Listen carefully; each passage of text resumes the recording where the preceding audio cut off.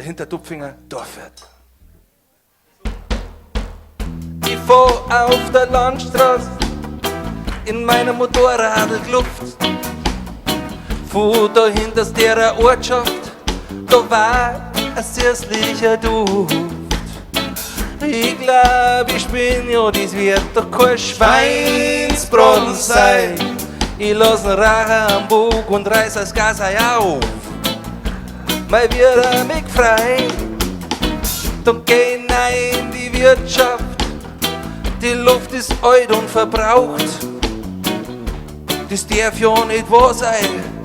Ja, da drin, da wird ja noch geraucht. Die Blicke sind kritisch und grantig. Was möchten jetzt der?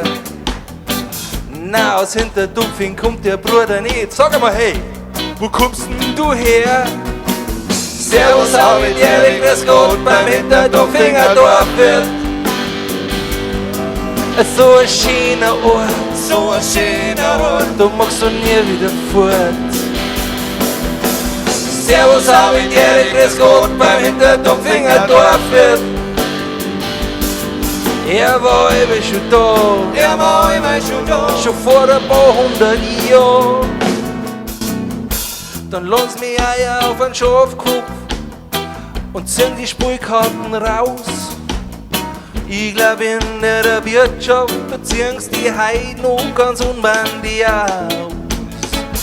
Ich spiel mit der Alten und dann mit der Scheinsau. Und warum ich so ein Pech hab, das weiß ich nicht mehr genau. Das Bier war gut, das weiß ich gewiss, und der Schweinernäher. Und der Stimmung und der Lautstärken ist wie auf dem türkischen Basar. Kommt, sind sie, schenk mir du bitte noch eine Ei. So oft komm ich du wirklich nicht in Hinterdupfing vorbei. Servus, auch mit Erik, grüß Gott, beim Hinterdupfinger Dorfwirt. So ein schöner Ort, so ein schöner Ort, da magst du nie wieder fort. Servus, auch mit Erik, grüß Gott, beim Hinterdupfinger Dorfwirt.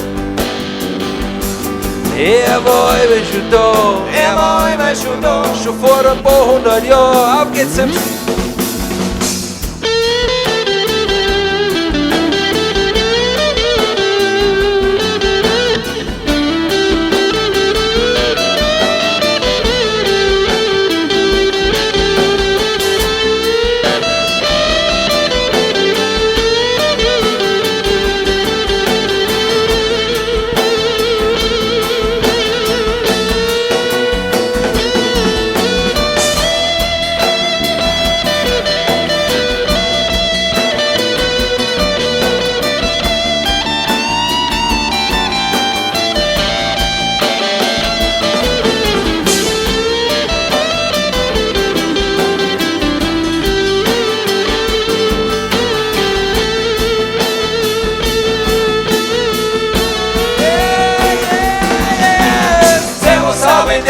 grüß Gott, beim Hinterdupfinger Dorfwirt. Sieh mal aus, Ladies and Gentlemen.